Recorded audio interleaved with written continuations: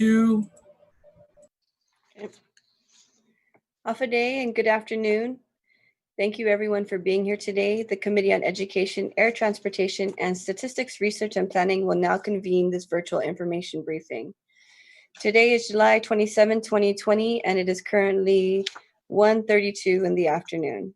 For the record and in accordance with the open government law, public notices were sent out via email to all stakeholders and senators in all main media broadcasting outlets on Tuesday, June 23, 2020, and the second notice on Wednesday, July 22nd, 2020. Notice of today's virtual informational briefing was also available on the Guam Legislature's website. Joining me today, we have Senator Shelton, who's also the Legislative Secretary and Vice Chair for Education, Senator Kelly Marsh-Titano, Senator Sabina Perez, and shortly joining us will be Senator Mary Torres. Thank you, Senators, for being here. Before we proceed with the virtual informational briefing, the legislature has general rules of conduct that must be followed. All must abide by the rules of conduct and quality assurance standards. Please keep your video on at all times and ensure you are in a room with little interruptions and adequate lighting, specifically to make sure the participant's face is visible at all times. The host of this hearing will mute participants until called upon by the chair. When called, please ensure that you are unmuted and that you are speaking into your microphone. Members of the committee wishing to speak may indicate via the in-app featured chat box. Individuals testifying shall first be recognized by the chair before speaking and shall state their name for record-keeping purposes. The order of questioning will begin with the panel of senators who shall complete their lines of questioning for each respective item on the agenda. Upon completion of the panel's line of questioning, the chair will pose questions. Each member will be allowed to pose a question to an individual testifying for a round and will be provided another round if needed. Questions and testimony shall be confined to the substance or nature of the agenda. Personal interference as to character or the motive of any senator or any individual testifying is not permitted. Any violations of this general rule of conduct will result in removal from the public hearing by the host. And just to note, I know that, just to be flexible in a way, if anyone has something to say, just feel free to raise your hand or signal me and I'll call on you. So it is supposed to be an open dialogue for everyone. Half a day and good afternoon, everyone. Due to the COVID-19 pandemic, the Guam Department of Education will receive $54,021,960 in total, with $41.5 million approved and awarded to the Guam Department of Education from the U.S. Department of Education Stabilization Fund to the outlying areas. This award was part of $153.75 million allocated under the Section 18001 Alpha subsection 1 of the CARES Act. In addition, the Guam Department of Education has been able to sustain its commitment to fiscal responsibility and improved audit performance, which reflects GDOE's operational improvements and stronger checks and balances as it works towards relief of its special condition and high-risk designation imposed by the U.S. Department of Education. Today's virtual informational briefing will provide discussions on the Guam Department of Education's consolidated grants, the CARES Act funds, and I hope that after this, once we conclude, everyone that is out there listening to this informational briefing will be able to understand how this money is allocated and spent within our Guam Department of Education and how it will impact our upcoming school year that is impacted by the pandemic, the COVID-19 pandemic. I would now like to invite, I'd like to also recognize Superintendent John Fernandez. Thank you for being here. Chairwoman of Guam Department of Education, Mrs. Maria Gutierrez. Dr. Kelly Sokola, thank you. Zenny, thank you so much for being here. Ike Santos over there and with his paperwork. Thank you, Mr. Santos. And then Mr. Mendiola, thank you all for being present today. Mr. Superintendent, I'll just go ahead and hand it over to you and we can proceed from there if that's okay, or if it's the chairwoman that is going to lead. Thank you. Vice Speaker since the federal funds is under the authority of the superintendent, I will give it to him. Thank you. Frank, sorry, I didn't see you there. Thank you for being here today. Right, and also Deputy Superintendent Joe Sanchez. He doesn't have the paperwork, but he has that whiteboard behind him with all of his notes. And I think that's at least from what I can see, I think that's the team that's on today to be able to respond both to any questions about consolidated grant, as well as the CARES Act funds that are received by the Department of Education. So I did submit a testimony to guide us through the conversation. Hopefully the members of the committee have this to reference. So I'm pleased today to be here to submit informational testimony relating to the planning, application, implementation, and administration of federal grant funds and services on the U.S. Department of Education's consolidated grant, and also of the Coronavirus Aid, Relief, and Economic Security, the CARES Act, through the Education Stabilization Fund, state educational agency application. So while I serve as the superintendent for the Guam Department of Education as a local education agency and LEA, I also serve as a chief state school officer and head of the state educational agency for the purposes of administering and being accountable for U.S. Education funds. And so that's basically two roles. And in normal states, there would be a state office and then the district office. On Guam, as in other territories, these functions are combined within GDOE.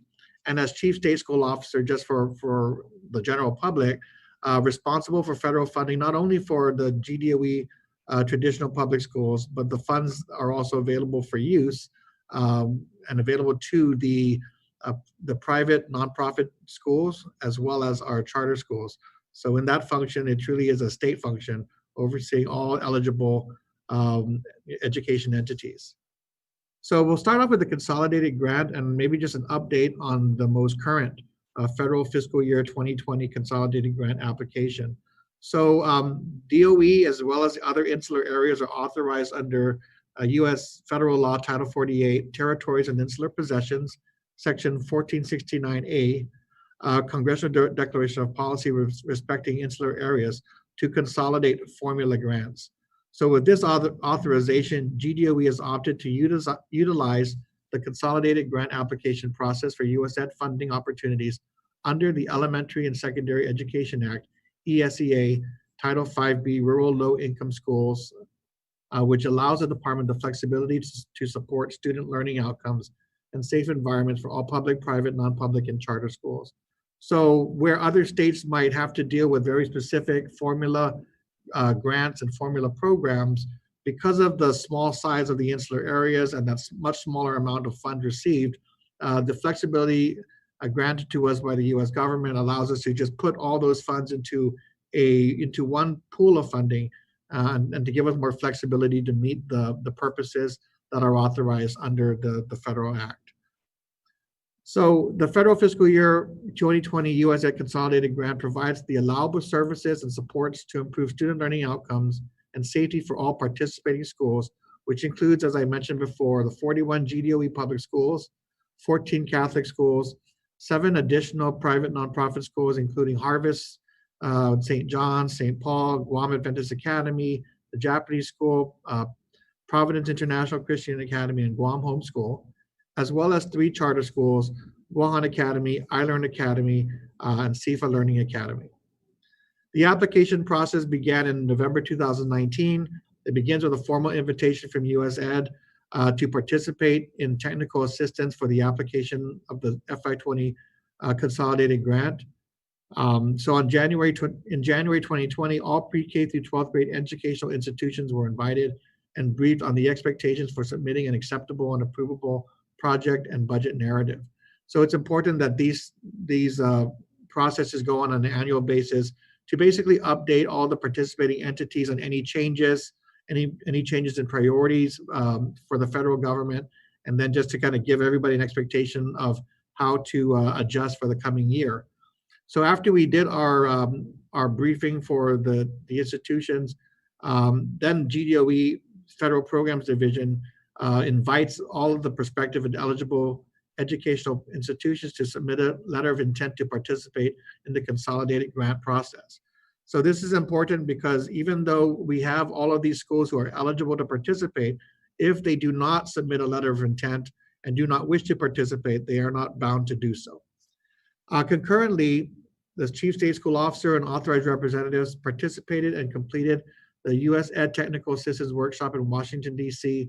in March 2020. And again, this is an annual workshop where all of the insular areas are invited. So we are usually joined by Palau, by the CNMI, the Virgin Islands, and I'm not sure if I'm missing anybody else, but all the eligible entities under this grant.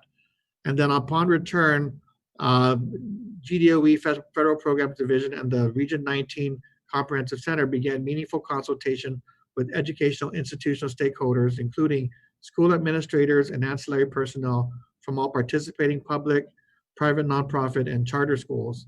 And then through this meaningful and timely consultation, institutions draft the project proposals, utilizing evidence-based strategies to address specific needs aligned with their respective strategic plans. The Federal Programs Division utilizes these submitted proposals to draft the consolidated grant application compliant with federal regulations and guidelines. And then upon the review and recommendation of the Federal Programs Administrator, the consolidated grant application is approved by the Chief State School Officer and submitted to U.S. Ed Program Office with concurrent review by the GDOE Guam Education Board on May, and we submitted this in May 2020. And then throughout the following weeks after submission, the Federal Programs Division is charged with vetting and addressing any questions, concerns, and clarifications that are required by the program office. And then as part of this process, it required us to submit a revised copy of the application to U.S. Ed for its review. The Federal Programs Division, in its role as a state educational agency, received notice from U.S. Ed, from the program office, that the consolidated grant application was deemed substantially approvable for the amount of $32.3 million. On July 2nd, the GDOE received the partial Federal Fiscal Year 2020 U.S. Ed Consolidated Grant Award notification. So on July 2nd, which is really July 1st back in the States, that is typically the date which all states are supposed to receive notification of their grant awards. In the past, GDOE, just over the history of GDOE's relationship with US Ed, that notification has sometimes been as late as the following January or February in the worst case scenario, but definitely not on July 2nd. So this really has been probably the first time in my recollection, definitely my first time here, that we received the notification as early as July 2nd. So that's really reflecting the improvements in our relationship with US Ed. So with that, GDOE is pleased to provide the following projects approved under the consolidated grant. There are 5 categories. One is the College Career Civic Engagement and Life Readiness, which provides the services and supports to help students develop academic knowledge and job skills to succeed in post-secondary education or their chosen career, and to create opportunities for students to explore, identify, and build their competencies for a successful transition from high school or college into the workplace. Number 2 is Curriculum and Instructional Quality and Development. The project provides the services and supports needed to recruit and retain effective teachers and administrators, implement research-proven instructional practices, administer effective student assessments, develop and implement meaningful curriculum and relative supports, and supplement instruction through the necessary technology resources. The third activity is Classroom Supports and Academic Interventions. This provides services and supports to address the academic needs of students requiring specialized intervention, provides assistance for students in instructional practices, specifically in the core content subjects of English, language arts, and math, and creates learning opportunities and credit recovery for students outside school hours. The fourth area is School Climate, Culture, and Engagement. This project provides the services and supports to conduct the necessary social services and outreach for at-risk students, addresses the mental health needs of students and families, promotes safe environments for students conducive to learning and social interaction, and creates physical fitness opportunities in support of students' well-being. And then the fifth really is as a catch-all for the priorities of the private, non-public, nonprofit schools, the PNPs.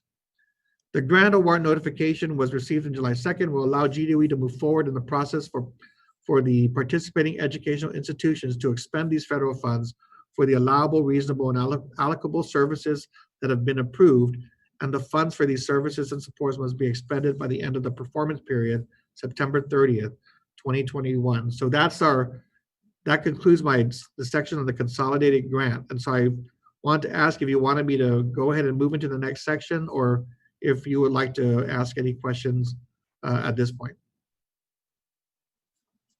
Yes, thank you, Mr. Superintendent. I do have some questions on the consolidated grant, but since it's in one completed testimony, just go ahead and move forward and proceed, and we'll work it out there. Thank you. So it's important to know that the consolidated grant, as most formula grants, is an annual grant provided to GDOE to supplement the work that we do and how we are funded from the local government. So it is an annual grant, and it has been in the range of around $30 million per year, although it's been lower than that in the past. It is around $30 million a year, and again covers all GDOE, the private schools as well as the charter schools. And they are allocated shares based on enrollment. So moving on to the Educational Stabilization Fund, State Educational Agency. This again comes from the CARES Act, and what different from the consolidated grant. This is actually just one-time funding as a result of the COVID-19 pandemic. So under the CARES Act, the ESF funds provide federal funds for necessary services and supports to address the expansion of distance and modified learning platforms, student and employee health and safety, and mental, social, behavioral health and wellness support as a result of the COVID-19 pandemic. These services and supports are designed to assist all students from the participating schools, to include those with unique needs such as learning, physical disabilities, socioeconomic status, English language learners, homelessness, and foster children. The ESF SEA application was approved by USAID on May 28, 2020, for the amount of $41.5 million. So I believe you mentioned 54 million early on, and that's the total amount granted to the government of Guam. 41.5 comes to GDOE for both the GDOE schools as well as the private nonprofit schools as well as the charter schools. And then the other 12.5 million is actually to the governor of Guam. And I can speak about that generally, but that's for the governor of Guam to determine how to use within the context of the education arena. And I believe her purview also extends to be able to use it for institutions of higher learning, so including UOG and GCC potentially. So in our grant, the approved services and support include the expansion of distance and modified learning platforms. So this is to address student learning gaps with reinforced comprehensive curriculum of traditional and non-traditional classroom models.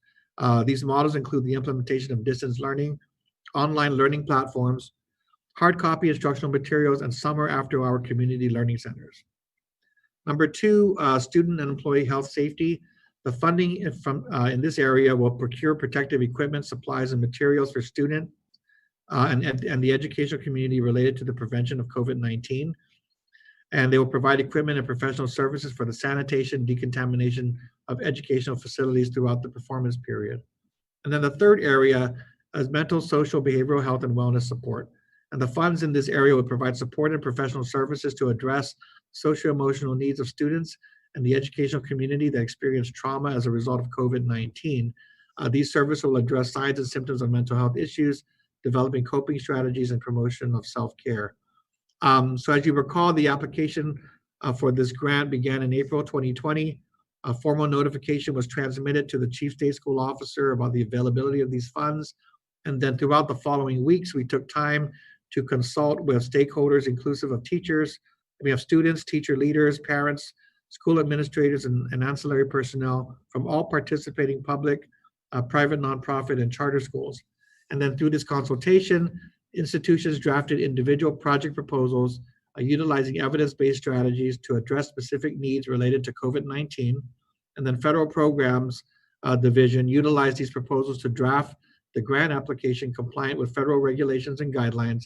And then at the recommendation of the federal programs administrators, the chief state school officer approved the applications, and we submitted it to USED with concurrent review by the GDOE board, the Guam Education Board, on May 2020.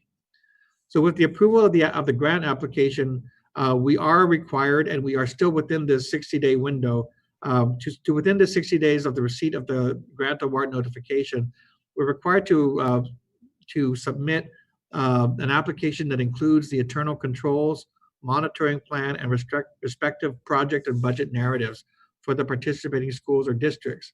And then these next steps then allow the educational institutions to begin the expenditure of federal funds to provide these services and supports. So again, that's the Education Stabilization Fund. Thank you for the opportunity to provide testimony on both the consolidated grant and the ESF. I look forward to your continued support as we continue to provide educational opportunities and services using USAID federal funds to benefit all of Guam students. So, Madam Chair, in addition to our board members who are here and familiar with the funding priorities, the different roles that are played, I just want to point out. So, Mr. Ike Santos is our federal programs administrator, and he and his staff are charged with maintaining compliance with federal requirements and being the liaison to USAID with regard to these funds and ensuring that they are used for the allowable activities. His office is also charged with the communications with the private schools as well as the charter schools to ensure that they are consulted with regard to their priorities as well. That is part of the equitable services requirement that applies to both the consolidated grant and the ESF funds. Deputy Joe Sanchez, Deputy Sokola, and Deputy Zenny are all here. They all play a role.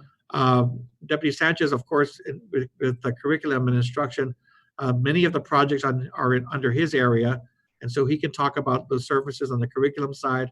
I know that Dr. Kelly and Dr. Zenny, there are projects that on their side that they may be able to contribute, including the parent outreach, and as well as with Dr. Zenny, her office functions really help us to engage in the procurement, the property management, and all the associated accountability functions when it comes to expending funds and being able to receive services. And then Frank Cooper Nurse is our internal auditor and chiefly responsible for the accountability of these funds when it comes to audits, when it comes to the internal controls, and so forth. So if there's any questions on any of those areas, I will be happy to take the lead, and I may turn to any of these staff members to provide more detailed information as needed. So thank you again for the opportunity. Thank you, Mr. Superintendent. I think also to paint a better picture for the people that are watching, for the public, and also for my colleagues, can we just go through can we go through the Education Stabilization Fund and the way it was distributed through the schools that were awarded a piece of this fund, and then also for the consolidated grants, how that was broken down with the dollar amount for each category? Okay, so let's start with the Education Stabilization Fund. So I'm hoping that the members of the committee can see the attachment with the breakdown of the funding basically by educational entity. So basically the allocation of the funds is based on the official 2019 enrollment. And therefore, with the enrollment numbers, each of these schools and districts will receive their requisite share. Now, they do not receive a check in this amount. What they are allocated is a share and a funding level based on they are able to participate in the activities that are allowed within the grant. So, for instance, if it comes to purchasing technology, that they do receive an allocation up to that amount that they are able to use based on their priorities for technology or protective equipment or other allowed and approved uses. So there's the breakdown in terms of the total budget of 41.5, and then each of the individual schools, you can see where they fall in terms of their allocation. Yes, can we, is there a way that we can get this, Adam, on the screen for the people to see the breakdown, for the public to see the breakdown for each school?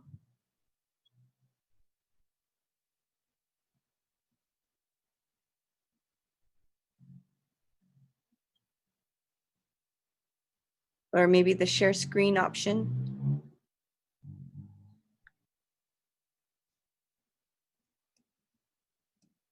Okay, while Adam's trying to figure that part out, we'll move on to the other expenditure. How about for the curriculum? Colleagues, are you able to see the attachment for these for the ESF and okay, very good. So now we are doing the consolidated grants and how it is broken down per curriculum. Mr. Right. Sanchez, or Mr. Superintendent, can you just walk us through that? So I don't have it right here, but we do have a similar breakdown of the $32.3 million based on school as well. So it is, and again, it's by enrollment, and this is basically monitored by US Ed. It is their priority and has been reinforced, and especially with this administration with President Trump and Secretary DeVos, equitable services is a major priority and issue, and really that requires that we have meaningful, timely consultation with all of our educational partners to inform them of what the activities are and what the grant allows to get their priorities, but also to ensure that they are aware that they are entitled to an allocation under both the consolidated grant and the ESF. And so I don't have that unless either Mr. Sanchez or Mr. Santos has it, but what you have under the consolidated grant budget summary is the breakdown of the $32.3 million based on the five project areas, as well as a set aside for state administration, which basically funds the staff to oversee the grant. So if would you like more detail, and Mr. Sanchez can take the next take Yes, the lead. please. Mr. Joe, can you maybe walk through any further detail on this chart? Hi, Adam. If you can let Mr. Santos share his screen, we'll show it.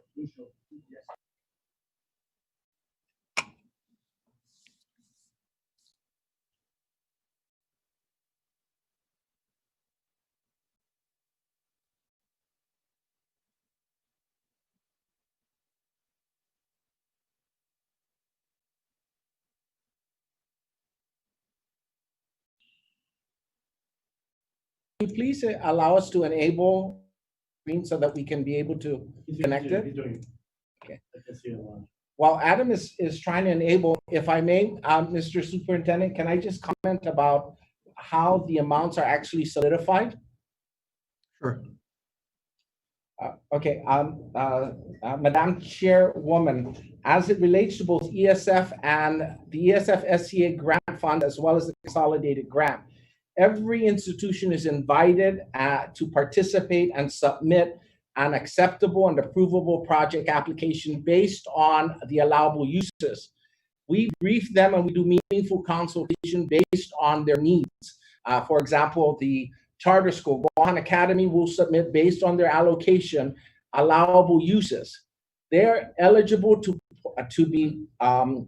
participate based on an allocation amount, but what they must submit are allowable uses of those funds.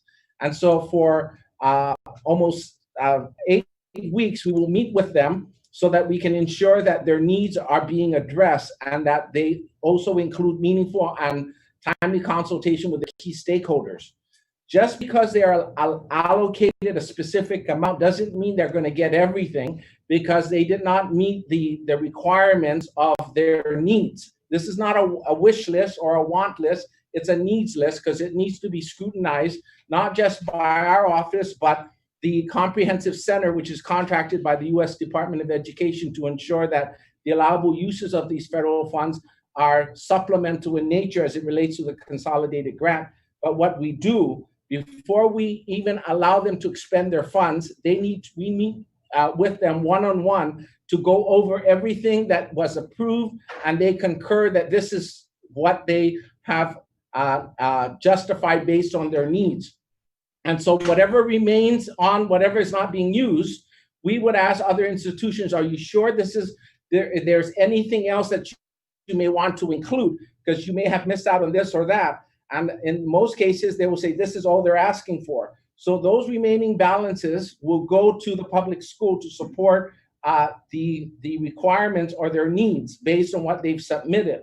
And so in the table, if you see, it says summary of the category by project for 32 million. These amounts were approved by the U.S. Department of Education on the July 2nd when we received the grant award notification. And if you make note, there are 4 major projects that the Guam Department of Education public schools have opted to participate in. And then the private non-public schools have noted that these are their needs. And in most cases, they're piggybacking on the public schools application. For example, technology or professional development. So they will piggyback, but that will be their specific share. As for the state administration, we are only allowed to use 5% of the total amount to include the salaries of the staff and any operational needs to support the grant of the 32 million. So if you notice, it's only on the state administration, it's 1.6 million of the 32 that I'm eligible to ensure that we comply with all federal mandates.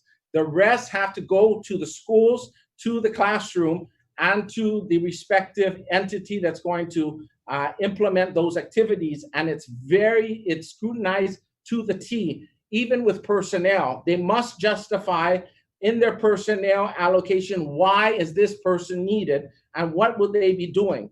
When it goes even with travel, we had to ensure that travel is scrutinized as a result of COVID-19.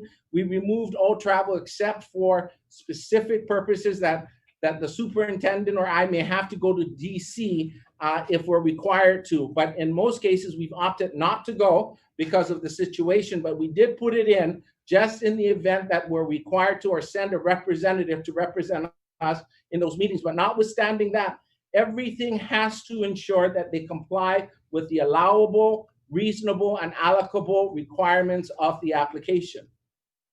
Any questions so far? Yes, thank you. For the indirect cost of the $1.1 million roughly, what is this indirect cost used for? So I can answer that. The indirect costs, first of all, to calculate the indirect costs, you have to go through a process with the U.S. Department of Interior, as well as the U.S. Department of Education to approve both an unrestricted and restricted rate. And so in the past, I would say probably maybe 10 to 15 years ago, or at least I would say before 2012, when we started to really work to take advantage of the ability to recover costs, the GDOE had not been able to take advantage and not gone through the process of working with the agencies. So that now is up to date. And so the latest approved indirect cost is 9.5%. And that really is to account, it's almost administrative overhead to account for all of the support needed to support the grant. And so currently what that funding is used for in large part is to support personnel costs related to the high risk areas in our relationship with US DOE. So we've utilized those funds to support the business office in terms of additional accountants, property management officers, buyers for the procurement office, and then helping to expand the internal audit office. And that amount comes to about more than 2/3, 3/4 of that amount is accounted for just in personnel costs to cover those areas. And so we didn't want those costs to come out of the appropriation, our general fund appropriations, but we did want to align it with federal funds, high risk areas. Understood, but from my understanding, the consolidated grants already provide for those kind of needs and support for the resources within the awarding of the grant itself. The indirect costs, what exactly is it used for? Are you just hiring personnel with this indirect cost, and are they full-time personnel, or are they? Right. I can clarify. Yeah, I'm happy to clarify that. So remember in the consolidated grant, not only is it approving the cost that you see here, it also includes an approval of the indirect costs. So all of these are federal funds that are approved by the federal agency. And so the state administration costs are for the direct costs associated with the grant compliance and monitoring. It does not cover any procurement related activities and account for any of the back of the office indirect services. So the federal government provides that indirect cost to recognize that not all of these costs are going to be associated with state administration. And the state administration costs are capped. So with the $1.1 million in the indirect costs, approximately approximately 900,000 of those dollars are attributed to staff who, again, are aligned with our high risk situation. So as long as far as we've gone back, it has been our commitment to shore up our capacity to address the financial management areas of the department, and those employees who have been hired are directly associated with those areas. I'm happy to provide you a list of those positions for your edification. Yes, please, Mr. Superintendent, because last year we were going over the consolidated grants as well, and we never really resolved the dialogue between what is the indirect cost spent for, because in that previous hearing, it appeared that the indirect cost was being used for travel to support whatever, the program that is there. But No. I was also with the understanding that indirect costs could be used for other areas such as utilities, because it supports the program if it's like within the school. And so I'm just thinking, could there be other ways that we've utilized the indirect costs to actually put it back into the school to directly impact the children in that sense? Because I didn't see a staffing pattern for indirect costs last year. I mean, maybe I might have missed something. I'm happy to provide that to you after this hearing, and just to confirm the nature of those hires. And again, I would just argue that our priority is trying to get out of this third-party fiduciary agent and to use available resources to shore up that capacity to replace and take over their capabilities. So if you look at, on an ongoing basis, we would hope to be able to continue to recover that 9.5% around that level, and of course to be able to use that wisely to, again, to shore up what I would consider to shore up our high risk areas. And then when that $2.1 million or $2.5 million comes back to the department, I believe I stated publicly that we'd like to see that amount go directly back to the schools. So hopefully, with this year, we'll see progress in that regard, so that we can maintain our capacity and then take that amount from the third party and send it directly back to our schools. But I'm happy to provide that information to you, updated from the indirect costs. Thank you. Did you have something to say? I see you. Mr.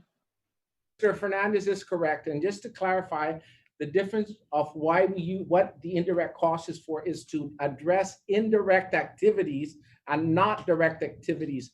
You cannot use the indirect cost funds to support the schools, because that's what the consolidated grant is for.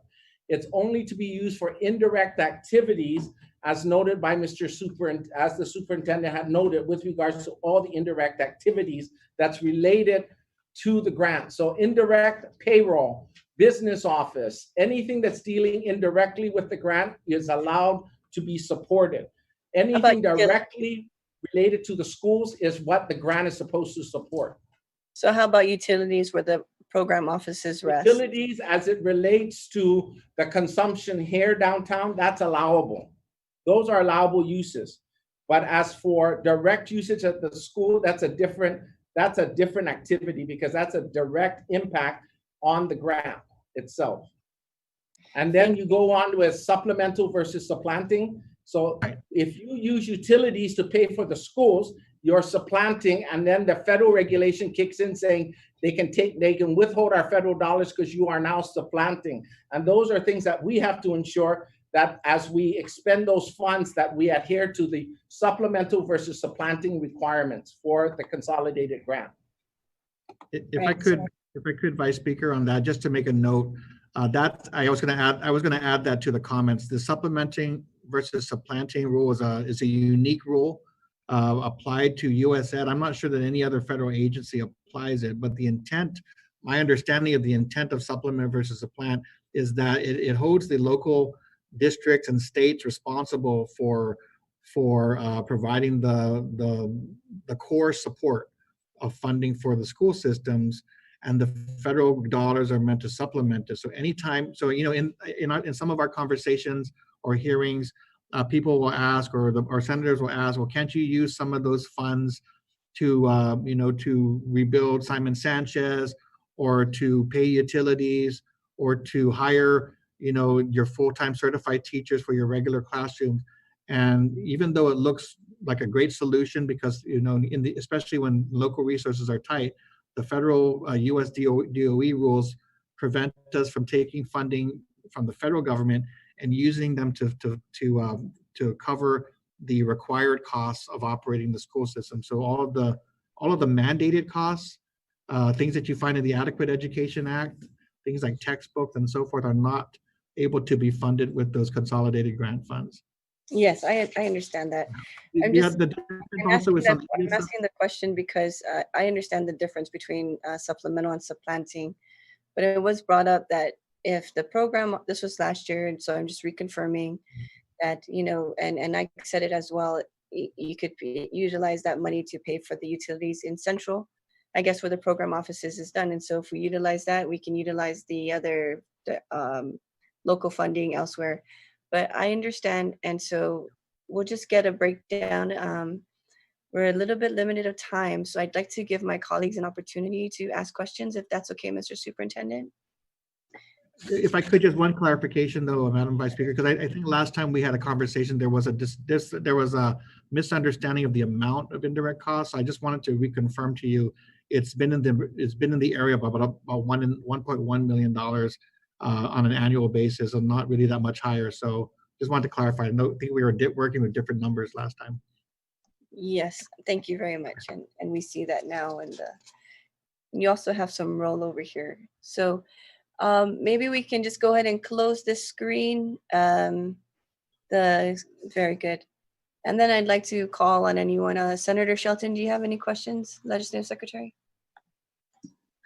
Thank you very much, Madam Chair. Thank you, Mr. Superintendent and Mr. Sanchez, for the presentation on the consolidated grants. I was wondering if there's any carryover, if the grant allows for carryover. Is there an amount that you're anticipating this year? And how will that be used in the next year? So let me go, I'll go ahead and turn that over to Ike, but just to open up by saying, yes, carryover is allowed within certain parameters. And number two, sometimes those carryover amounts are affected by things that happen during the school year, with the timing of the grant award, again, used to come really late in the school year. And so it was hard to kind of unload those funds. But yes, carryover is allowed. And then in this particular year, because COVID-19 required the early shutdown of schools, we definitely foresee amounts that are going to need to be rolled over and need to be used for the coming activities. So Ike, do you want to clarify the amounts for this year? Yes, thank you, Mr. Superintendent. Just to clarify your question regarding carryover, yes, under the federal regulation, the insular areas to include Guam Department of Education is eligible, and we have in the past carried over those funds, but there's very, very clear, strict guidelines when you carry over those funds. You have to be able to use it based on what the allowable activities are required. An example such as what we approved in FY20, which is the consolidated grant application that was approved in July 2nd, Guam time. We will move all those monies that haven't been expended, contracts that as a result of COVID-19 weren't able to be initiated, any salaries, any supplies, materials that weren't able to expend, and carry all those monies into the FY20. So in normal cases, we would be about 10 million. So we would take that 10 million and expand that further. And one of the areas that the projects have asked us to use was to support teaching and learning, for example, the teacher assistants, because using community learning schools all the way up until 8:00 p.m. Can we be able to use some of those teacher assistants till 8:00 p.m. to supervise students during the school day and in the evening, so that students will be able to access internet services as part of our community learning centers? That's allowable. So we may be using some of those monies and carrying it over.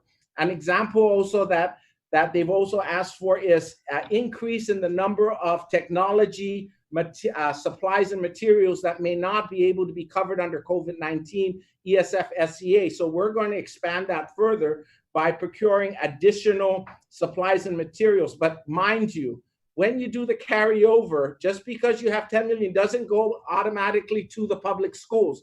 It has to be equitably shared by all educational institutions based on their student enrollment. And in normal cases, 70% will go to the public schools, and then 30% will go to the private, non-public, and charter schools. So they will get their equitable share.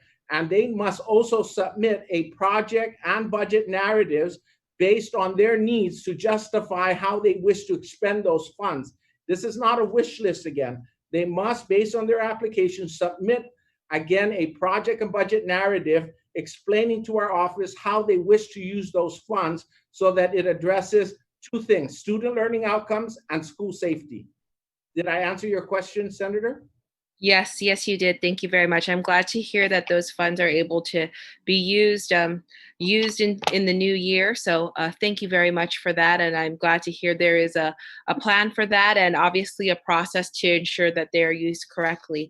Thank you for that. I have another question about the consolidated grants. And I know you said that there is a possibility to jeopardize some of this grant funding if not used correctly.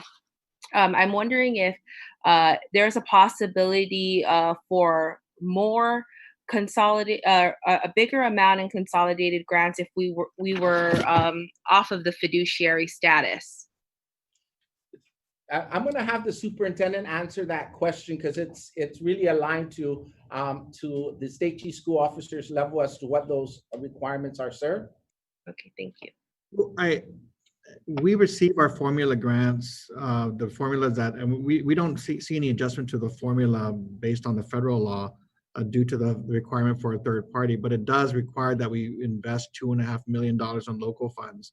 It's been higher, 3 million, 4 million, with regard to those funds that are being provided. So I don't know that it would necessarily increase our ability to receive more, and especially formula funding. Those typically get worked out, as you know, by Congress. But so long as we're under it, it's almost like the ticket to play. You've got to have that third party there, or you won't access the funds. And as we've seen in Puerto Rico, for instance, they are required to have a third party, but because they don't have one in place, we see in the news that their CARES funding is kind of being held up until they have that in place. So similar to us, if we did not have that third party that we paid for, we might put in jeopardy access to the 32 million in consolidated grant, but also our special education funding and any other discretionary grants, or our ESF grants as well. Our ESF grants now are also falling under that third party responsibility in terms of the general oversight. Okay, thank you very much. Can you just give us a little update on what the status is, the visit for them to come and inspect to get off the fiduciary status? Yes, we very much so. We had a virtual monitoring visit in lieu of their what was supposed to be a final on-site visit in April. Because of COVID-19, they weren't able to come out, but we did press on them the need to have some type of visit happen so that we didn't lose another year. And so from July 14th to the 16th, they were able to conduct virtual monitoring, which means that we were working through Microsoft Teams while in their evening, during our mornings, They worked with the management team as well as with division representatives, staff, focus groups, and so forth to ask questions and get clarifications in areas under high risk, those areas under our reconsideration plan. So that happened, I guess on the 16th was their last day, their exit. We anticipate a more formal response and findings from them probably within the 30-day time period. And what we're hoping as well is that with positive findings, we're hoping that will impact a more formal decision from the Secretary of Education to reduce or remove the special conditions and also reduce or remove the third-party fiduciary rule. So yes, absolutely. I know all of our colleagues here on the line were very supportive of the resolution. We did previously in the term to support that move to free up those monies that we're paying the third-party fiduciary agent so that we can, put it more directly towards the students. So that's good news, and hopefully we keep moving forward with that. I do have some questions about the CARES Act funding, but I'll save it for the next round, Madam Chair. Thank you, Senator Shelton, Legislative Secretary. Senator Kelly Marsh. Sedus Maasi, Madam Chair, and Sedus Maasi to the GDOE for such an informative overview. It shows us that there's quite a bit of activity going on. There's a lot that's been thought through, and I was really pleased to hear about the different programs. They are addressing what seemed to be in a very thoughtful way, some different elements that have been holding back students in connecting them to success after high school or success after college, that it's walking through, giving them support while they're going through their schooling, and checking in on their emotional health and well-being, and some of those just really important things. So I was really pleased to see the different programs that are going to be supported. With the non-public schools and the private schools, so it's good to see that at least in the CARES Act, it seems to be broken up by equitably, as you were mentioning, by the student population and so forth. And maybe I too will save some of those questions for later. So with this one, the $32 million consolidated grants, and as I said, I really appreciate the programs. With those that are offered for the private non-public schools, have you received any proposals thus far? I think you said that you've been giving them briefs and you're available for consultations. Have they gotten far enough in their development of programs to have put in a proposal yet? Yeah, I'll go ahead and start by saying that the consultation that we provide is prior to the application being completed.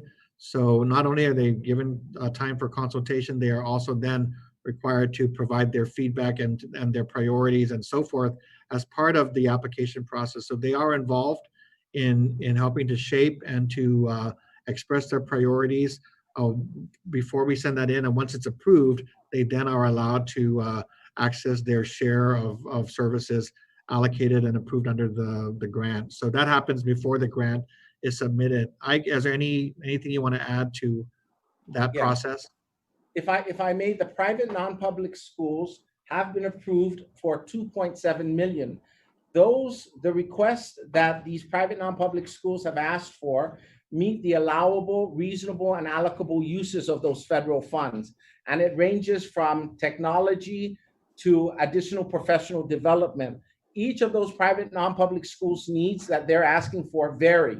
They really vary from their objectives. The Office of Catholic Education, they're really focusing on professional development versus iLearn Academy, which is a charter school, is more focused on the technology part, or St. Paul's that's focusing on the technology. So it really depends on each of the institutions' needs, just like the public schools. They have 4 main objectives, 4 main projects, and each of those projects are very, very specific, and it has to be justified. These are not wish lists. It must meet the requirements, and we would go back to them. Can we see who you included as part of your stakeholders' input? So everything is documented, received, and then compiled and transmitted to the U.S. Department of Education. Once the superintendent signs off, then it's vetted.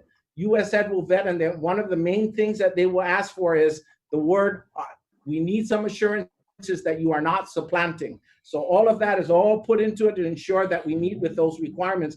And if I may, can I have Mr. Joe Sanchez talk about the projects very specific to the public schools? Mr. Sanchez? Hi, I just wanted to add also, this is Joe Sanchez from Curriculum and Instruction, that part of what we do when we support the private non-public schools is walk them through our process, the process that the DOE goes through with regards to our state strategic plan. Although each of the non-public schools kind of are governed by their own rules and governed by their own requirements with regards to strategic planning, the DOE must have a strategic plan in place in which all of our projects are aligned to the goals and objectives and strategies of that plan.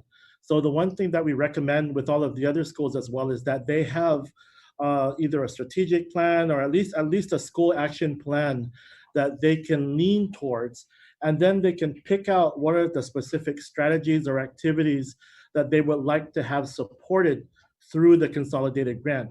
Because one of the things that we don't recommend is we don't recommend random requests like, you know, we want a bunch of computers and just purchase a bunch of computers. All of those purchases will need to be attached to some, what we hope are a longer term strategies. And in the case of the consolidated grant, the U.S. Department of Education has turned it into a 3-year grant cycle. Before, it used to be annual, which, as you can imagine, isn't really a good thing when you're looking at long-term planning, because you kind of tend to change things every year and so forth. But now it's a 3-year grant cycle, and we've then been aligning kind of our strategic planning to those 3-year cycles so that we can see what we want to achieve over the course of 3 years. And that's kind of the same approach that we've taken with the private non-public schools, is encouraging them to have kind of a longer term strategic plan that they can then identify specific activities within each of their plans that can be supported through the CG. So just Masi for those explanations. It's really good to hear that it's connected to strategic plans. And as you said, building for those or towards those long-term goals.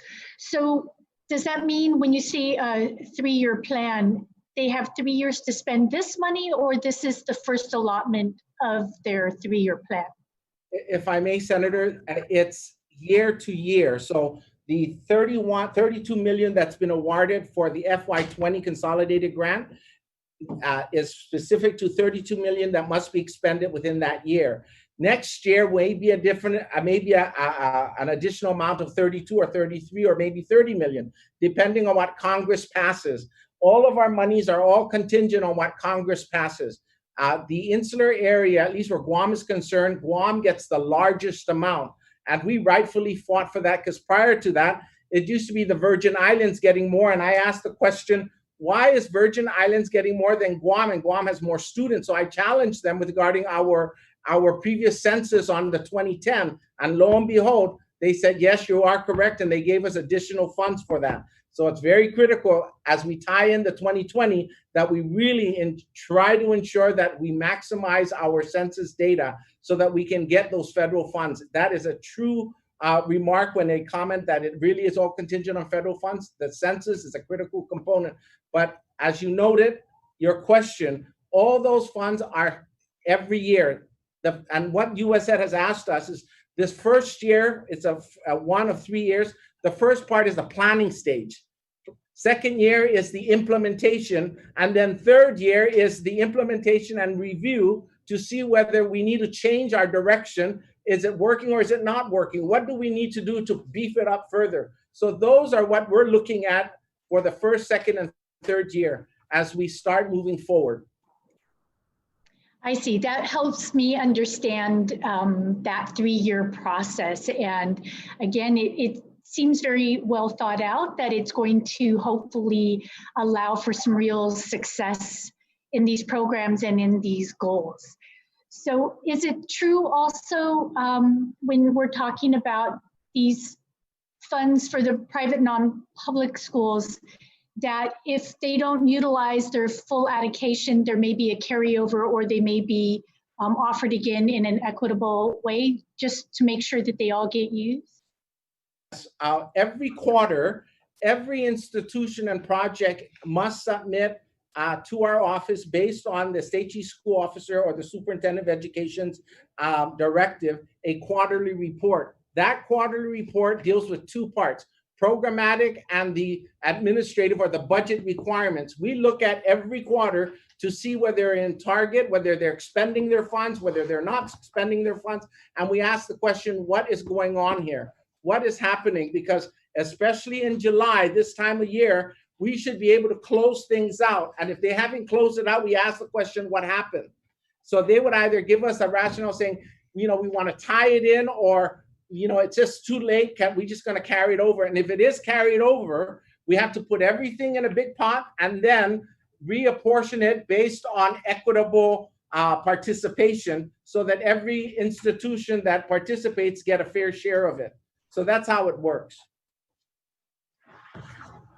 Suzus Masi for the answers, and thank you, Madam Speaker, for letting me ask those questions. And then when you get to the CARES Act round, I'll have another question or two. Thank you, Senator Marsh. Senator Sabina Paris? Suzus Masi and Madam Chair, I do appreciate this informational hearing. It's great to get this information from DOE, so thank you to DOE as well.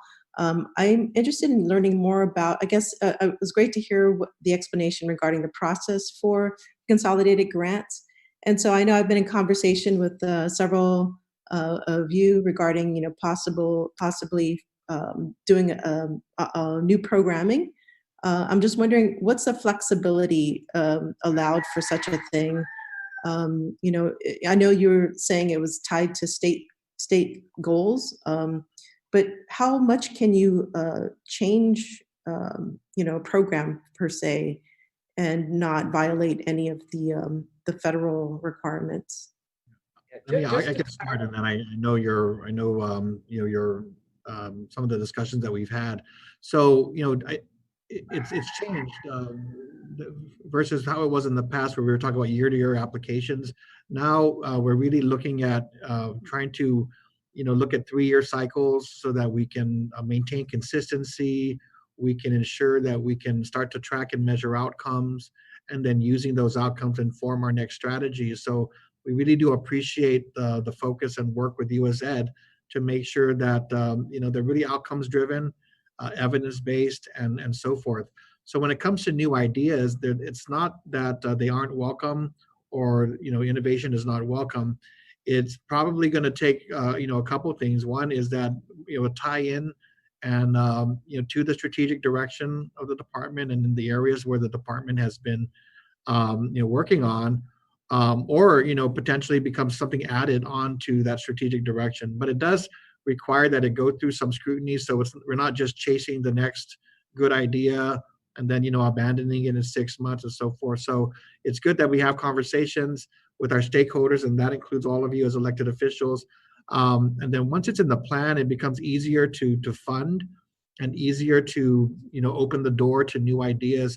So if we're looking at STEM, if we're looking at career, looking at the career direction for students, whatever the area is, if we can find an area where those ideas really latch on and make sense, then it helps us with regard to USED to show that it is in furtherance of the department's goals, and will contribute and be measurable in the outcomes that we had determined. Now, and then of course beyond that, we also look to ensure that we have buy-in from those who are going to implement it. So a lot of the consultation that goes on with administrators, with the teacher leaders, with our other partners, our private nonprofit partners, and so forth, we have those consultations to ensure that whatever we're doing, there is capacity within the schools and ownership in the schools to make those things happen and to give it more of a chance of success. So that's why we that stakeholder involvement in both setting the strategic plan and also getting involved in the consolidated grant process is helpful.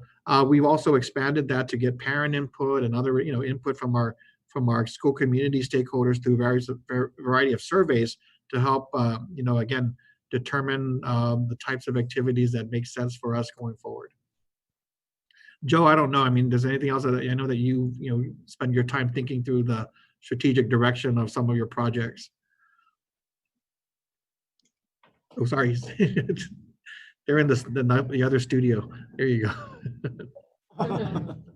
Yeah, no, I because that's what we've kind of done over the years. I mean, if we think back about seven to 8 years ago, a lot of our projects were kind of disconnected. They almost seemed like random activities, and we knew that we saw a couple of things. One, we saw that there needed to be a greater alignment between the activities and what the teachers and the schools were doing, at their site.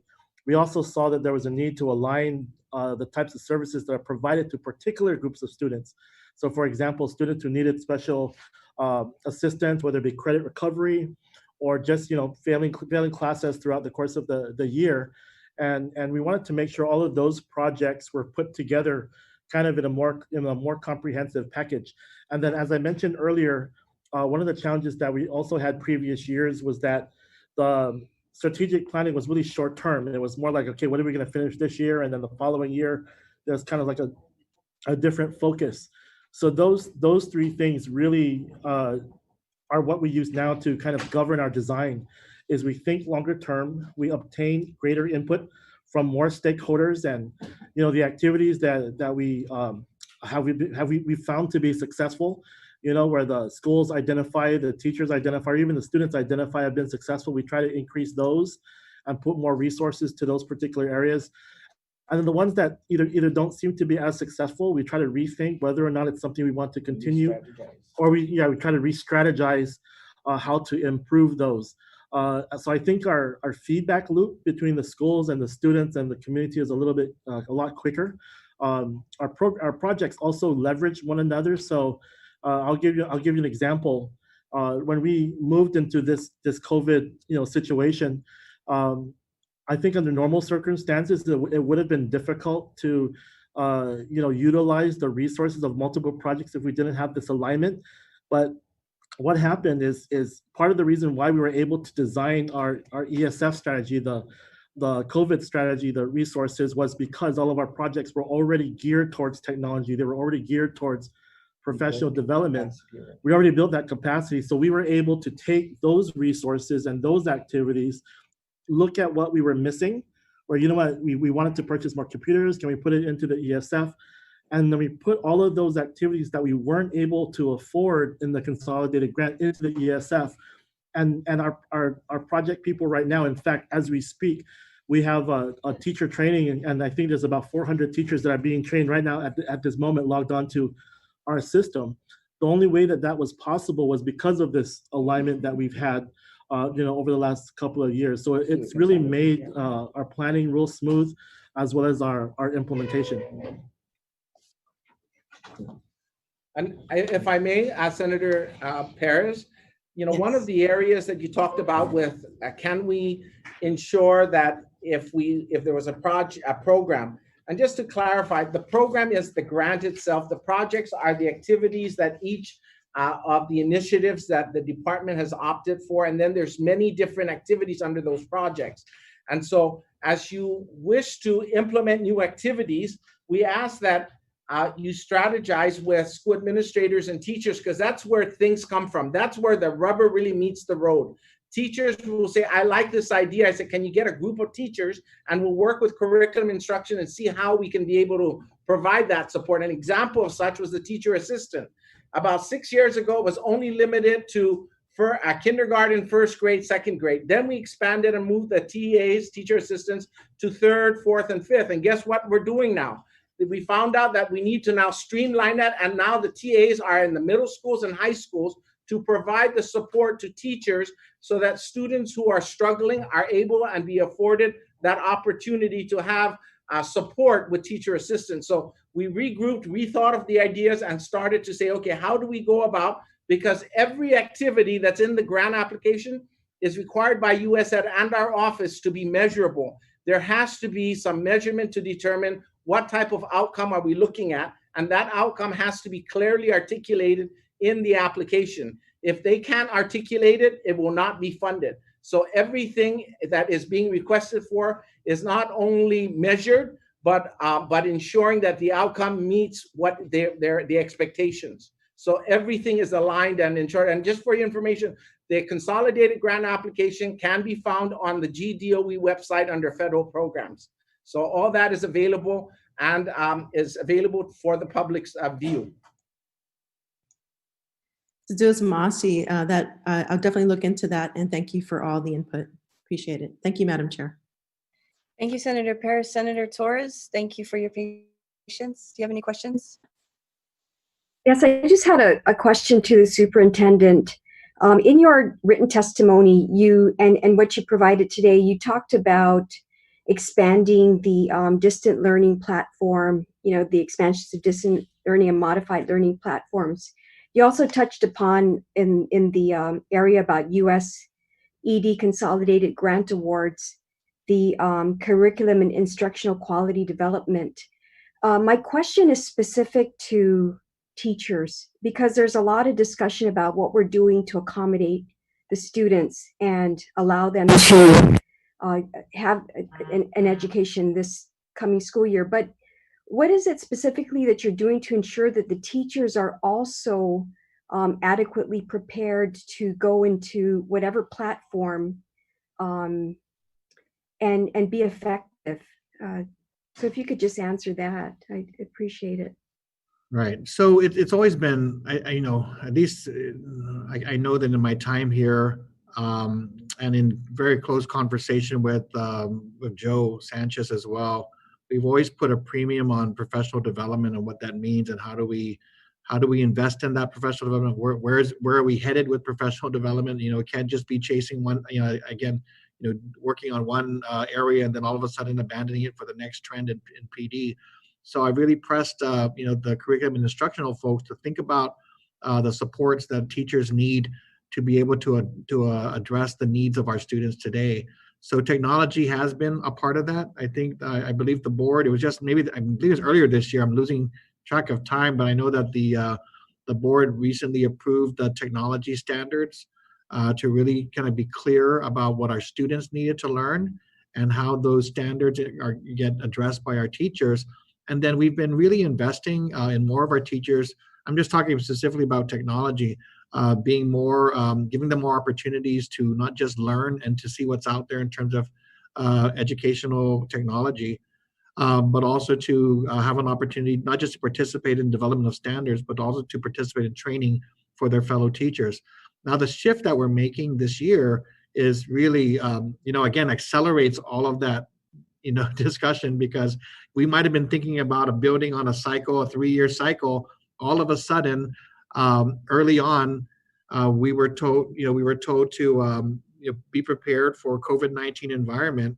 And prior to being, prior to being aware that we were going to get these ESF funds, we were already starting to work through how might we change the consolidated grant to really double down and to expand our approach to online education and distance learning already. So we had a lot of that discussion early on. Luckily, the ESF funds have come through, which will allow us to more quickly move in that direction. But what we're doing right now is we're having to accelerate and some of the training that's needed to adjust to this new environment. So that started last week, and I guess it's going to be ongoing. Even if we're during the summer, we're still getting a lot of good feedback from our teachers, our teacher leaders, our administrators.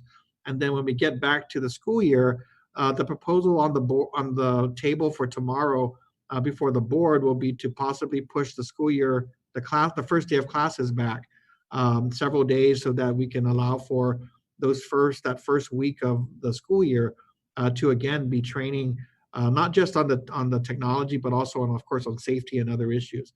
So Joe, could you just kind of maybe just give some detail to the types of training that are currently being offered to our teachers right now? I know last Monday up to today, we've been having regular sessions for the teachers to participate in. And Joe, if you may also talk a little bit about, the equipment itself. I mean, understanding how to work technology versus sharing computers at home with teachers who also are parents with students. You know, that's the practicality that I'm Okay. kind of talking about. Yes, absolutely. So, as the superintendent noted, a lot of the supports revolves around our plan for professional development and ongoing supports at the school site. So the schools over the last couple of years are familiar with how we utilize what's called the professional learning communities model. It's a real simple idea, but very powerful in that it brings teachers together to work on different tasks, curriculum projects, share instructional strategies, clarify the content of the curriculum, and really gives them a chance to kind of talk through some of the work that or some of the strategies that they're being trained on. We've taken this particular model now and used it as kind of the basis for our work for COVID in general. So we have what are called school leadership teams. And the school leadership teams are comprised of and led, of course, by the principal and the assistant principals, but teacher teams where you have the department chairs, grade level representatives, the counselors, the nurses, the librarians, and anybody else in the school who has like specific leadership roles, so that they can come together and develop their school-based plan as well as their their implementation plan for the school year. Now, of course, those plans are kind of broadly separated into the school safety plans and then the curriculum and distance learning piece. Now, as they noted, we started training last week, and I just want to use this as an opportunity to give kudos to our teachers because as we try to acknowledge, they're actually on summer break. So we're not paying them any additional monies to come in over the summer. So we let them know that this is all kind of voluntary and they're not required to come in. But so far we have not had one empty session. I mean, these teachers are volunteering and they're coming in and they're attending the training sessions. In fact, the volume of people signing up, we have a limit of 500 in our Zoom conference sessions, and we hit that limit. So every time we hit the limit of 500, everyone, the number 501 or 502, they get either kicked off or they don't get allowed to come in. So that's what prompted us to make sure that we have training this week and we have training again next week. And we believe that we're going to hit at least 70% of our entire teaching staff before the school year starts. So we're training them on things like the use of technology. We're training them on the different models of learning and how to design their specific school programs with each one of those different models, as well as also acknowledging that it's not really just technology. So I'll give you an example. With the online piece or even the hard copy piece, part of it is really just transmitting the information. So if you transmit the information via email or through some online system versus the hard copy, the content is actually going to be the same because we're working very hard to make sure that all three of the models have an aligned content. So the priority standards, the skills that are being taught are going to be the same for all three models, whether or not they're technology based or whether or not they're hard copy. So part of the supports for teachers and families is also utilizing the hard copy component of the curriculum, whether that be copies of the material that they have to read, or in kind of a longer term plan, like we're looking at maybe in 1 or 2 months, is when the hard copy materials arrive. So we're ordering textbooks for every student in English language arts, in math, and then science. And if there's enough funding left over, we're going to do the same thing for social studies. But it looks like we have enough money for English language arts. It looks like we have enough money for math. So every student will have a hard copy textbook and a hard copy workbook that they take home. So, our curriculum is going to be broad. It's not just technology based. It's also going to be hard copy based so that the students not only have the technology access, but they also have the hard copies that they could look through as well. With regards to support to the families, part of the training modules is also training modules for parents and students. So we're creating training modules where it shows the parents and the kids how to utilize the platforms that we have. And one thing that's really, really good about our system is, we're using the Google Suite. So anybody with a Gmail account can actually access the same, the same content, the same software that we use. Our GDOE email, of course, is what our students are going to be accessing that with. We're creating like small modules for parents that they can actually look through, and we'll kind of provide that to the schools as well, so they can take that same training and extend it to their parents and their students as well over the course of the first couple of weeks. And if I can just close a closing comment here, is we intend to spend the first few weeks supporting the families and working directly with them to make sure that they're not only aware and able to utilize the technology, but even the families who are availing of the hard copy piece, is how can we support them in structuring their day, setting up a schedule, making sure that there's communication between the teachers and the students and their families, so that there's a regular routine where they can access assistance. Because one of the things that we are very concerned about, and this has been stated through a number of articles, not just throughout the mainland, but anytime they talk about alternative approaches like this, is it's very easy to lose the families, or it's very easy to lose the students in distance learning strategies, where sometimes if the work gets too hard or the work gets too stressful, they just stop logging on, or they just stop doing the work, and then the school doesn't know where they are. Like, we don't know where the students are, we don't know where the parents are. So we want to make sure that we monitor and maintain that school connection with the families. I hope that addresses. It does to some degree, but I was hoping that you would say that GDOE is going to ensure that teachers have adequate laptops or computer systems as well, dedicated to their jobs. That I think is important, because we know that teachers traditionally have expressed that they have to supplement a lot of times their ability to even in the classroom to hold classes.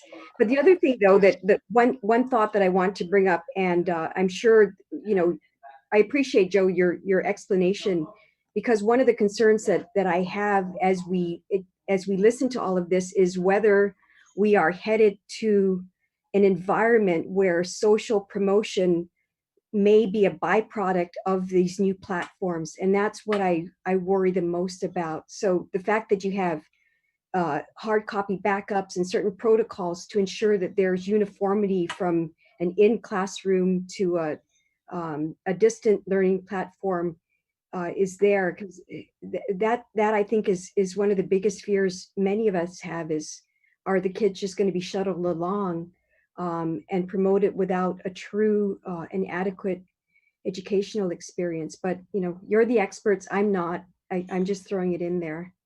Senator, I wanted to just add, I mean, I do share your concern about some of the risks of this shift happening with regard to going to distance learning, and especially doing it in the way that we and many other school districts and states are doing at the same time. Such a massive shift without knowing and fully appreciating the potential consequences. And so there is that uncertainty out there. And of course, we talk about that. We're already anticipating a lot of those discussions about how we assess the quality of education being provided. Now, the caveat here is that in this shift, we've been very clear that the number one priority is safety. So it is safety, it is the physical distancing and the requirements at the school level that are driving this need for distance learning in such a massive way this school year. And we are not making the argument that we believe that distance learning will replace face-to-face instruction. We don't believe that's the case. We do believe face-to-face instruction is important. The social interaction of students is important. Having students back at school where they're able to avail themselves of all the supports that are provided at school with regard to food support, school nursing, counseling, and so forth. So that's our goal. We want to see that happen under some circumstance, if we can get back to that. But due to the safety measures, where we're starting off at this point is, as parents have indicated their preference, they've indicated 70%, 65% of our respondents so far, and this is out of 18,000 responses, have indicated a preference to stay at home, which is one of the challenges we have to also overcome. Even as we open our doors, the fact that parents don't yet feel safe sending kids back to school is really going to take time for us to make sure that we can provide that assurance of safety, and hopefully the public health environment improves. But as we go along and as we do bring students back into school, which is what, again, our goal, I think what Joe is mentioning and has said before, we don't want to lose what we learn from this massive work to implement online learning going forward. We do want that to be a part of the options that are available to students. We don't want social promotion to be the consequence. We want to make sure that online learning supplements what they do in the classroom. So this will be a year where we learn what works.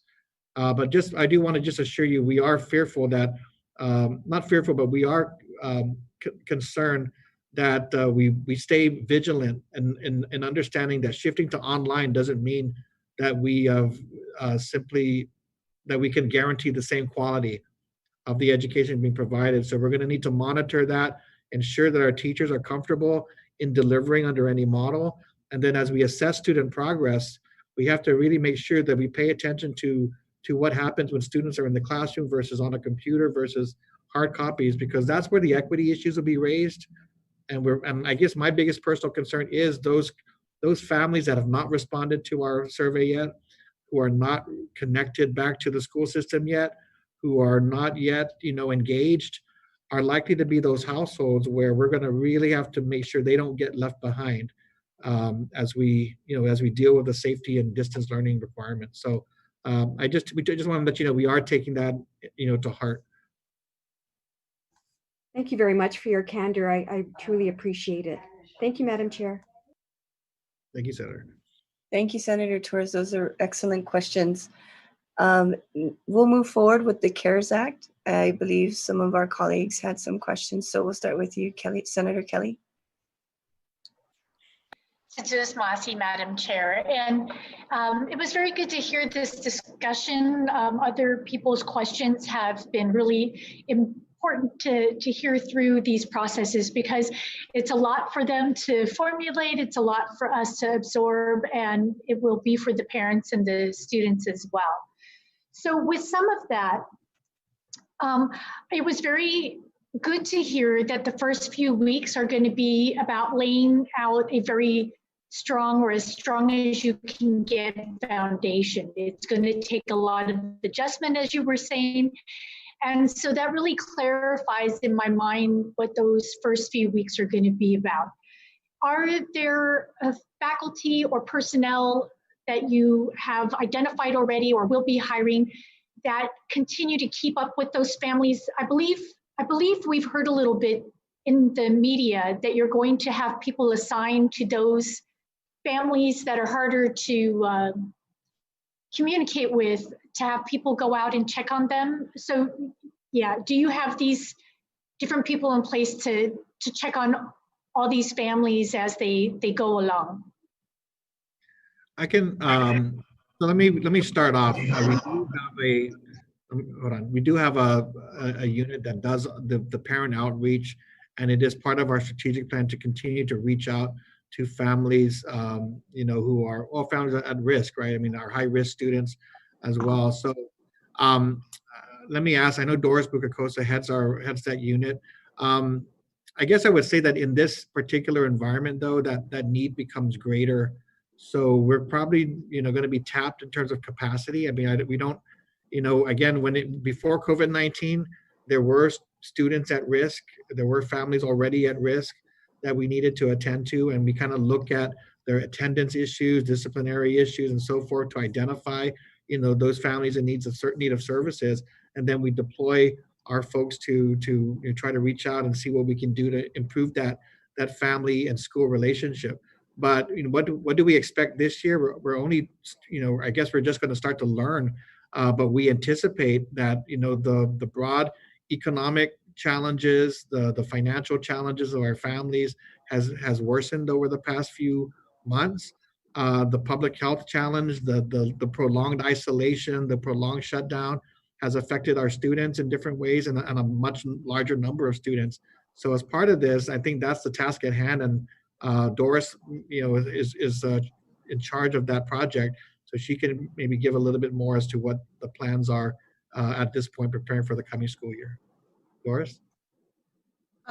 Good afternoon, everyone. Thank you for the opportunity to explain what our plans are. With the Student Parent Community Engagement Project, at least that's the name of our project at this point in time, we do, as the superintendent mentioned, have 12 teams of social workers and community program aides. We do work collaboratively with our school attendance officers and school resource officers, at least the GDOE employees. And prior to COVID, we were working together to, I don't want to say track down, but go out and find families if they had not been in attendance or having challenges accessing educational, their education for their children. Also providing social supports and determining basic needs that may be required in anticipation of our return for, with the COVID-19. We had actually started some planning. One is as early as next week. We actually are planning to go out to the homes, working collaboratively with the schools for the first population, meaning those that are face-to-face.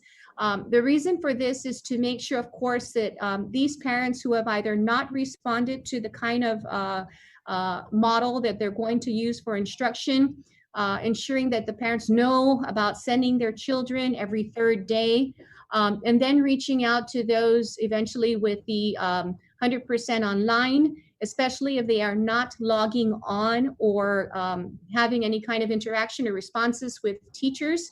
And then, of course, those that are choosing the hard copy. Again, if they're not picking up the materials, not so much going out to distribute them, but to follow up with them.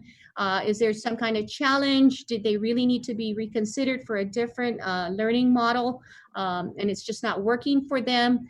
We definitely want to keep open communication with our families because we don't want anyone to fall through the cracks and then just have no education for the entire school year. I hope that's at least gives you some idea of our plans to open up. We do understand there's going to be a lot of challenges, a lot of social needs. Again, not to stress any additional challenges, but about half of my staff is currently assigned to public health, assisting with the COVID-19. And I see Dr. Sokola is also there. We have asked the governor as well as public health, do we have an expected return date? Because of course, I'd love to be fully staffed. Otherwise, I too am short of staff and challenged at this point.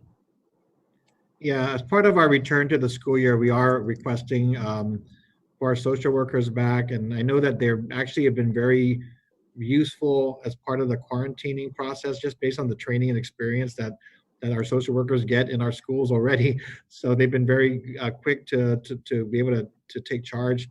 Unfortunately, though, if that's going to be a prolonged operation, if this is, whether we're going to see this quarantining operation or screening of people over the course of the year, the discussion is whether we can return employees and they maybe stand up a more permanent unit on that side for the government to maintain that operation. So because we know that our schools are going to need our social workers back for those very purposes that Dora spoke about. Absolutely. So it's good to hear what the plans are that are in place and the details about that unit. And I really responded to what you were saying about with distance learning and, even the different forms of it, both online and taking the hard copies home. It can be easy to lose students. I've taught online classes before, and there was a lot of energy put into trying to mix it up all the time, because even at the university level, they can drift away. So is that part of what this unit would do, or is there someone else? Well, I guess the way that I'm thinking about this is a little differently. So I can see how the unit you described would fit in here, but I have heard that for training, you had people from UOG who were the exact same ones I worked with who really helped, that were part of the training. And from what I heard, it was very, very successful, very helpful. Is there going to be somebody who can check in on these teachers who may be experiencing the need to figure out how to mix things up or to keep it interesting or keep that hook and connection with students? Is there somebody who can go around and help them? Because it's a very large learning curve, having gone through some of it myself. So I I understand to a degree what they're going through. Yes, yes, thank you. So one of the supports that we received was from the University of Guam and trained our teachers on Moodle, which is one of the learning platforms. We decided to use one of two learning platforms. One is Google Classroom, which is currently available at all grade levels. And the second one is Moodle, which is primarily used at the university and the Guam Community College, and is probably from my understanding, the more popular one in a lot of the mainland colleges. So we decided to also include that as a learning platform option. And UOG was kind enough to provide us supports in a number of areas. One is the initial training on how to use that learning platform, plus also how to set up a system internally, because you kind of need to have your own servers and whatnot. So they're providing us that technical assistance, and we're very appreciative of that. With regards to the implementation at all school levels, we have funded through our consolidated grant our instructional coaches. So our instructional coaches are teachers. They're teacher certified individuals who now work at the district level, who are now providing the training. So they are the ones who are providing the initial training to teachers, and then from there on, they're going to be providing the additional support. So they have their own structure for professional development. We train the ICs, which you call them, and they spend time working with each other on developing the training modules. And then based on the training modules, and they're listed down in terms of utilization of technology tools, Microsoft Office, strategies for supporting special education and English learners, strategies for supporting families, as well as what we are calling the priority standard skills and topics process, which is really the process that allows us to align the content of each content area through all of the different models that we have. So based on that framework, that's what our instructional coaches use to support both the schools in terms of their school leadership team and the principals, as well as the teachers. So that's, it's either they're going to need help in either the online platform, they're going to need help with Microsoft Office, they're going to need help with Google Classroom or the other Google applications, or they're going to need help with the parental and student support. So based on those kind of areas is where we're going to be providing that regular training. And as I noted, the initial training that's taking place right now is really our intent is to reach at least 70 to 80% of the teachers before they start the school year, to at least start them off. And one of the things that we've done is we've actually looked at implementation in terms of phases. Now, granted, in all situations, you're going to have some teachers that are advanced and are way ahead, and they're like, Joe, we don't have to wait for you. We're going to go ahead and implement some of these tools in a much faster rate. But then there are those that are going to need to take more time, and we've spoken to the schools about how different groups of teachers can take more time in certain areas where if they're not comfortable with the platform yet, and they are kind of assigned to be an online teacher. Well, they don't have to start with the platform. They can start with basic email and communicating with families, making sure that their video conferencing system is set up, making sure that they have the internet connectivity at the home, making sure they have their email addresses. So that's, so we broke it up into phases where it doesn't necessarily have to jump into the advanced phase of implementation. They can actually start off much slower, which we think is not bad, because the families too are going to need a substantial amount of time to get up to speed with utilizing all of the different tools that are available. Yes, there's a learning curve, and as you mentioned, there are basic things that everybody can start with, and then by the end of the year, I'm sure everybody will have advanced. So it's good to see or hear that there are some of that support that will be continuing throughout the year. So with that, I had asked during the budget, with the mayor's offices, and now we're going to be having some access to the libraries once they're finished with helping the Department of Labor with the PUA program.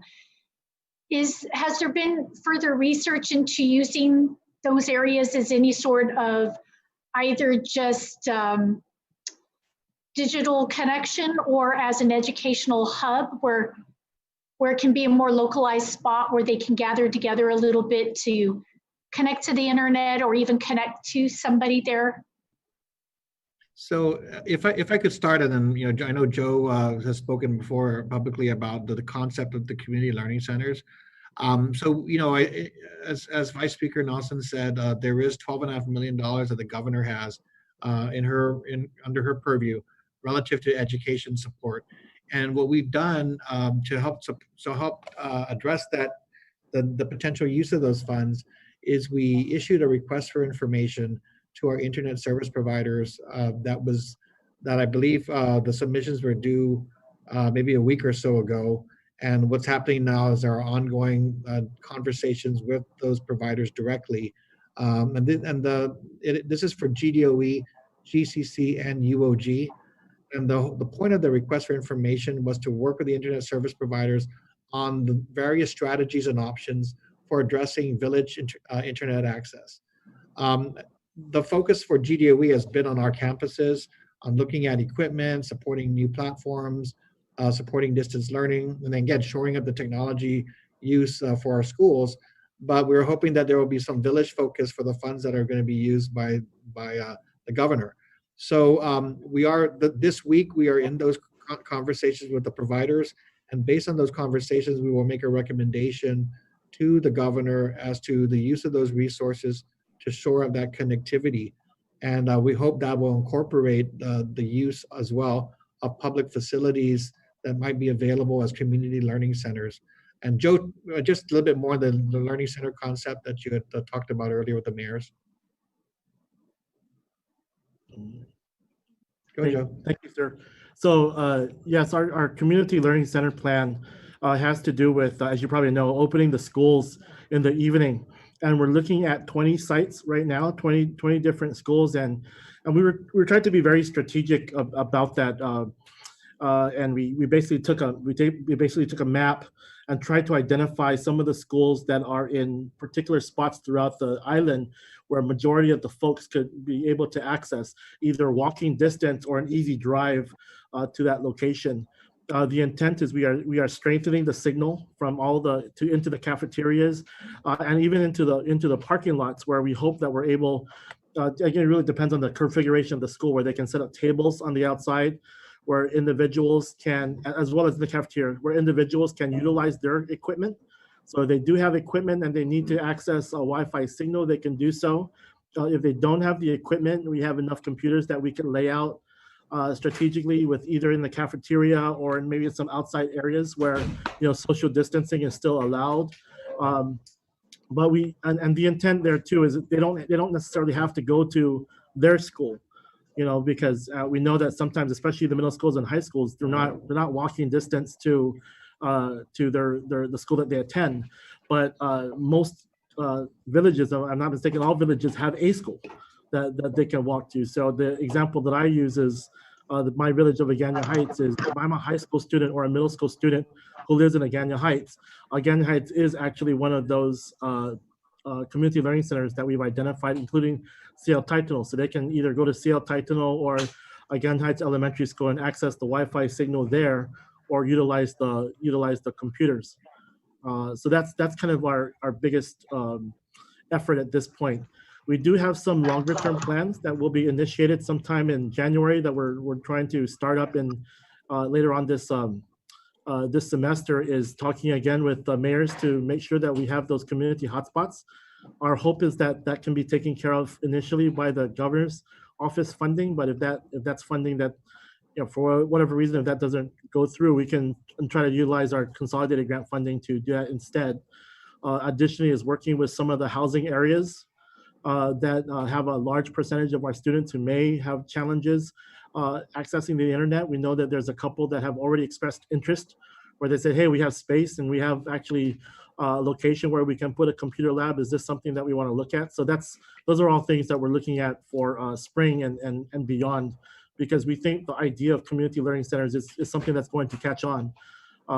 In fact, our student survey, both our student surveys and our parent surveys, we're starting to disaggregate the data and kind of, when you look at correlations, you look at different answers and different groups of answers. For the folks who, of course, say that they already have internet access, and for the ones who say that they already have equipment, when we ask them about whether or not they would use the community learning centers, of course, their answer is probably not. So the responses are low, but of course that makes sense, because if they already have internet access and they already have equipment, they don't need to go to community learning centers.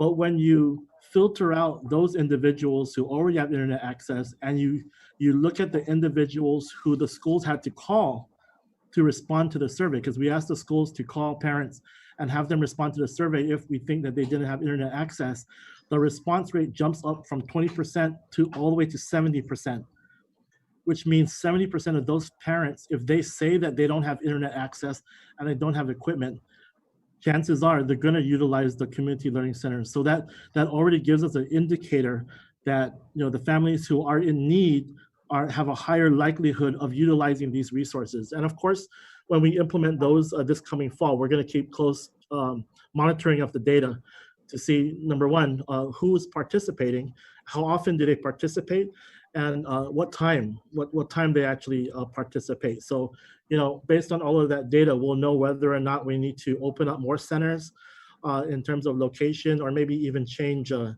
times. Thank you. Senator Marsh, I'm just going to have to stop you right there because we're over time, but I'd like to allow Senator Perez to have a question or two, and Senator Torres as well. If you have any other questions, we can write the superintendent and we can ask him to respond. Thank you, Mr. Deputy Sanchez. Senator Perez? Thank you, Madam Chair. Just a question about safety. So the frequency of cleaning, as far as the CARES funding goes, is the budget enough to kind of assure that safety of our students and the staff and teachers there? So we've allocated, and maybe you can update me, Joe. I think we were talking about $4.5 to $5 million in the ESF funds to at least take us through this first, excuse me, procurement of safety supplies and so forth.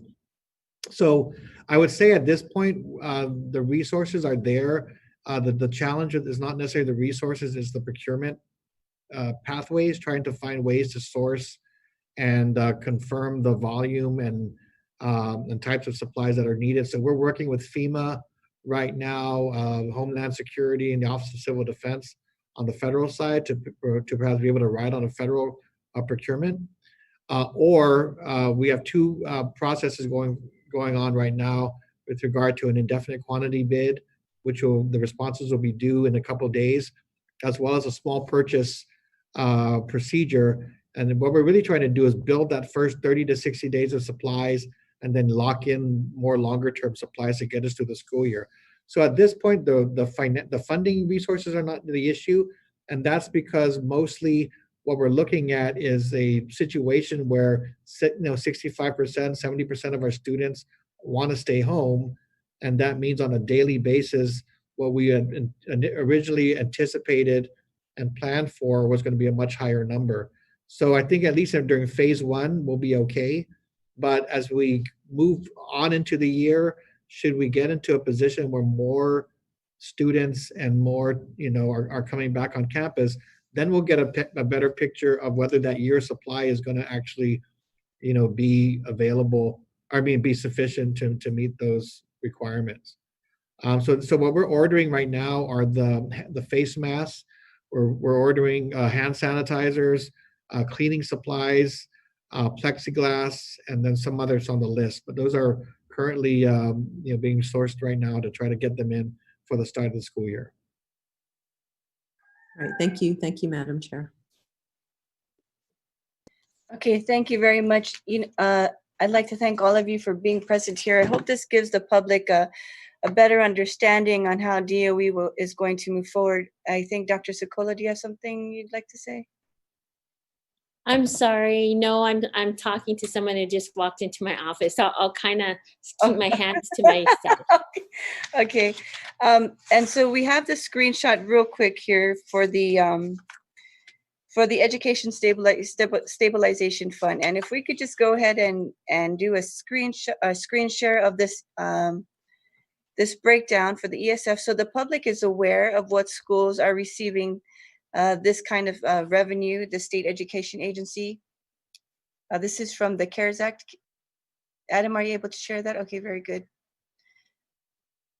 So just for the public to be aware, if your child is going to any of the charter schools or any of the Catholic schools or other nonprofit schools that are on this, screen right now, this is what exactly that they are getting from the Education Stabilization Fund, and this is part of CARE. So GDOE will receive 32.1 million. iLearn is receiving 694,000. Guahan Charter School is receiving 779. CFA 779,000. CFA is 272,000. Office of Catholic Education, that's 3.9 million. Close to $4 million. Harvard Christian Academy, 1 million. St. John's School, 572,000. St. Paul's, 522,000. Guam Adventist Academy,